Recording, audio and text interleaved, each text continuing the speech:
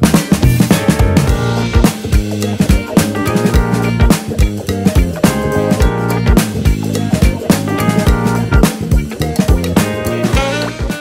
hi and welcome back to the channel. So if you saw the video last week, you'll know we were up at Seal Rocks. If you missed that, I'll put a link up in the top right hand corner so you can watch that later. This week we're going to start off in Forster, got a few shots to show you from there, and then we'll be heading a little bit further north. Alright, here we go. Well, good morning. From Burgess Beach. Now Burgess Beach is just outside Forster, and we've got this happening.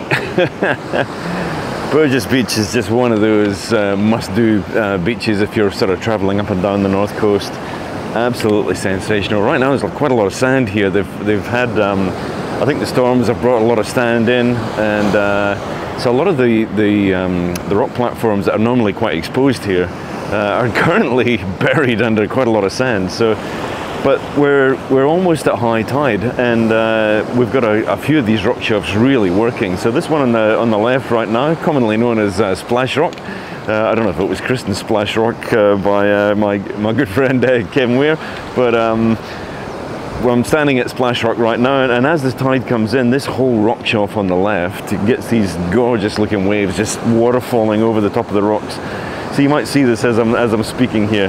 This sort of thing here, and that just cascades down the rock here. So I've set up the camera here to capture Splash Rock and all its glory, but also we've got a bit of a I think it's called a shelf cloud just up in the just up here in the distance, which is just looking spectacular. So I'm trying to capture both at the same time. A little bit of color in the sky. There's not much sitting on the horizon, so as that sun gets higher, I think we'll start to get some color in some of these clouds as well. So let's see what we can get. First shot of the day is a little bit longer exposure, so let's see if we can get a longer exposure here, and then we'll see what else we can find. Check it out. Well, we're actually going to go in with a shorter exposure right away because that storm cell was racing towards us at a fair rate of knots, so we had to get the cameras packed away before the rain started. So here's the shorter exposure.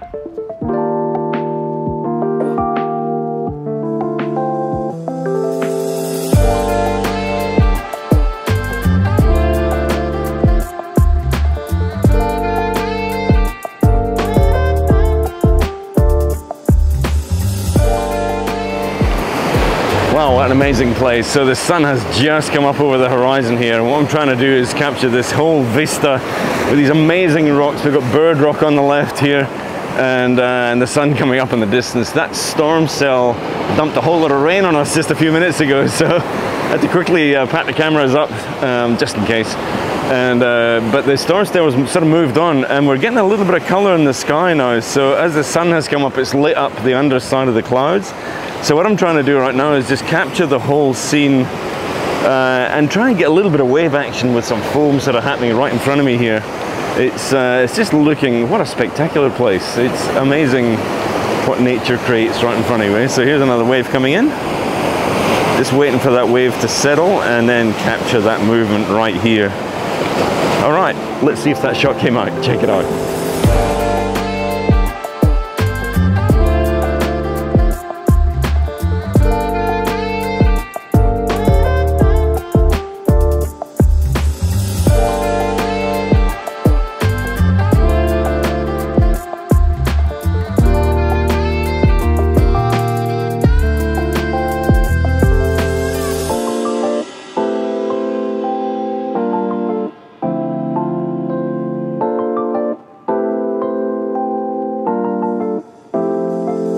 Just talking about Bird Rock on the left there, and I actually moved about 10 paces to my left to get this shot here showing Bird Rock on the left here with the sun coming up behind it, which I thought showed it off pretty well. Anyway, let's enjoy this one together.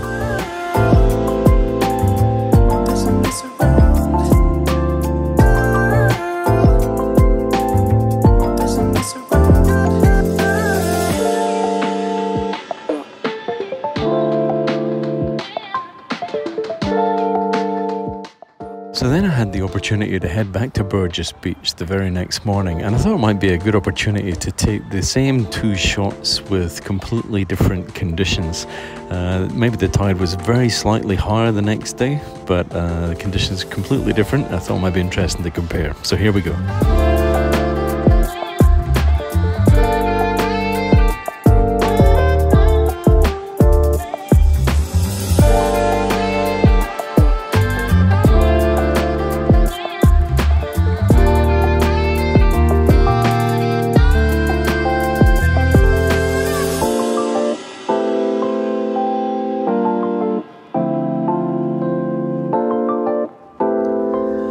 Which did you prefer? Let me know in the comments below.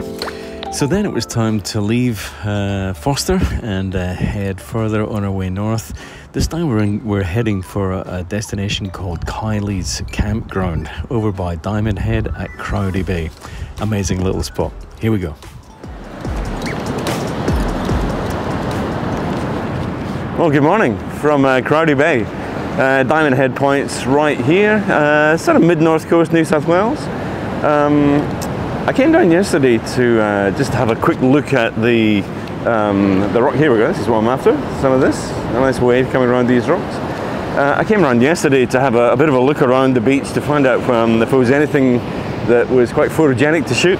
I came across a whole lot of rocks that are just scattered along the beach here that look just absolutely gorgeous. So what I've done is, we've got a really nice red sky at the moment, but what I'm just waiting for is these rocks to be engulfed by a wave such as this one. So, I'm just going to make sure my tripod is dug right into the sand here, because you can get quite a bit of movement when a wave hits the tripod. Making sure that I'm level as well, so I'll just check my level, it's looking perfect, and check my histogram. So first thing I'm going to do is I'm just going to make sure I get a shot of this red sky that's sort of going off up here, because it's really gorgeous. And then what I'm also going to do is just make sure I'm focused just on the rock right in front of me, and which I'm just going to open up my aperture just to get that focus point, and then I'll just close down my aperture a little bit there, and wait for the waves to happen. So here we go, tide's incoming. So as the tide comes in, here it comes around the rock. Lovely, you get some really nice patterns as they come around the rocks. Okay, let's see if we can get this as a first shot. Let's see how it came out. Check it out.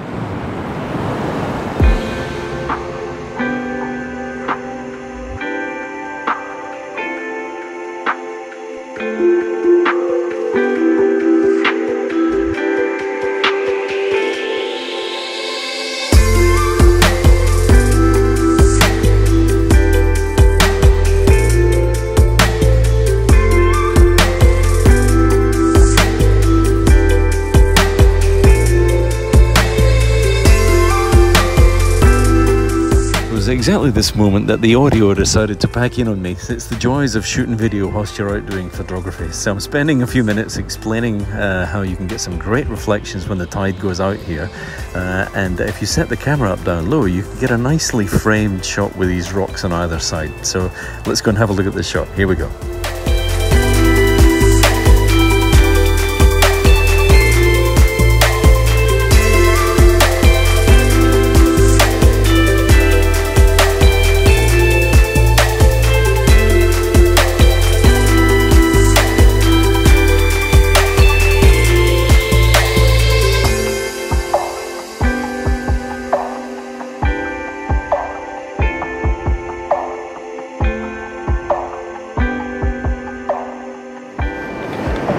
Alright, so what might actually be one of the last shots of today, you can see this cloud bank is really starting to light up in front of us here. I'm on top of this little rock shelf here, and I'm trying to capture two things. I'm actually waiting for the waves to recede to get some really nice reflected colour off the shallow beach, but I'm also waiting for a wave to come in so we can use that wave as some additional foreground interest. So we may get two shots out of this. We'll just see if we can get a wave to come in long enough. So I got some really gnarly sort of rocks that we're on right now. So that's going to give us loads of texture in the foreground. We've got this amazing sky going off, and it's actually going off all around us right now, so it's quite spectacular. And then we've got a reflected beach with some waves. So let's see if we can get the reflection shot first, and then perhaps we'll see if we can get a wave coming in as well to provide some extra texture. Here we go, let's check this out.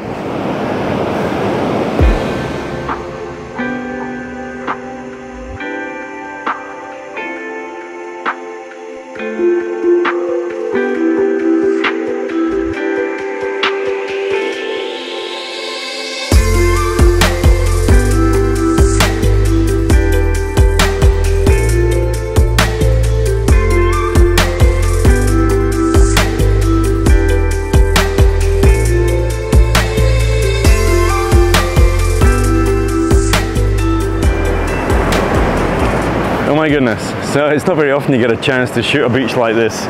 where you get these amazing reflections on a very, very shallow beach. As you can see, the sun's just starting to come up right now, so I'm just getting that reflected light across the whole beach, and it's just looking absolutely amazing. I'm sitting at a 1/5 of a second. I'm actually at f16 right now because I don't have any filters in front of the lens. It might be worth almost a 3-stop at this point, but I've spun the polarizer to give me as many reflections as possible on the sand. Okay, let's see how this shot came out. What I might do is I might wait until the sun just pops behind that little cloud bank that's above it, and we'll see what it looks like. Okay, let's check this out.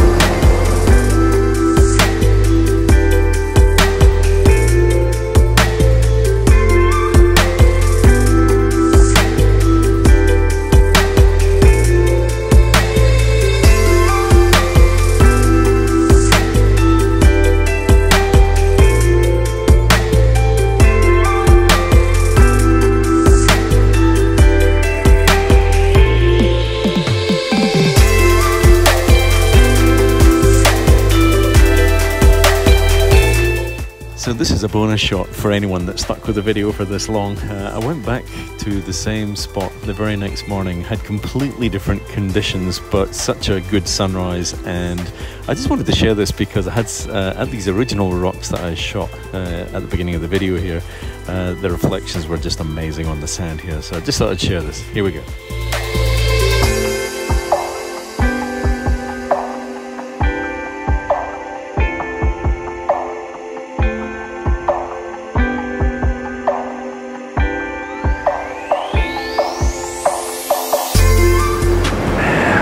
So we are done for the day. In Kylies Beach, we're actually staying in Kylies Beach campground right behind the camera. I've just swiveled the camera around here so you can have a look at Diamond Head.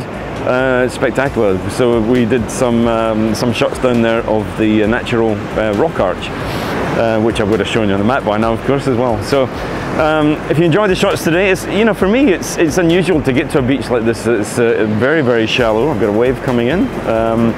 Very shallow, and it gives you the opportunity to shoot some reflections, which was kind of unique for me. That's something I don't often get the chance to do.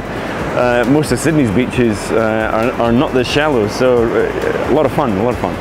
As I said, I came down a couple of days ago and saw some of these rocks on the beach, and these rocks were just very photogenic, lots of textures, lots of great colour in them, so it was an easy walk down the beach to get some shots today. So if you liked the shots, give it a thumbs up, subscribe to the channel, do all that stuff, drop a comment, let me know what your favourite shot was. We're going to continue heading our journey north today. We're heading up further up the north coast on our journey around the country, as I explained. We've got a Facebook page now called Klick in the Wild, Klick, so if you want to check out the Facebook page, much more informal. It's kind of the behind the scenes of what we're doing, and the occasional iPhone shot, setup camp, that sort of stuff. So you'll see a lot of information on there from both myself and Betty, and so jump on that page as well, and you can interact and comment and all the rest of it. So we're done. I'm going to go and grab some breakfast, pack up camp and hit the road, and we'll see you in the next one. Cheers.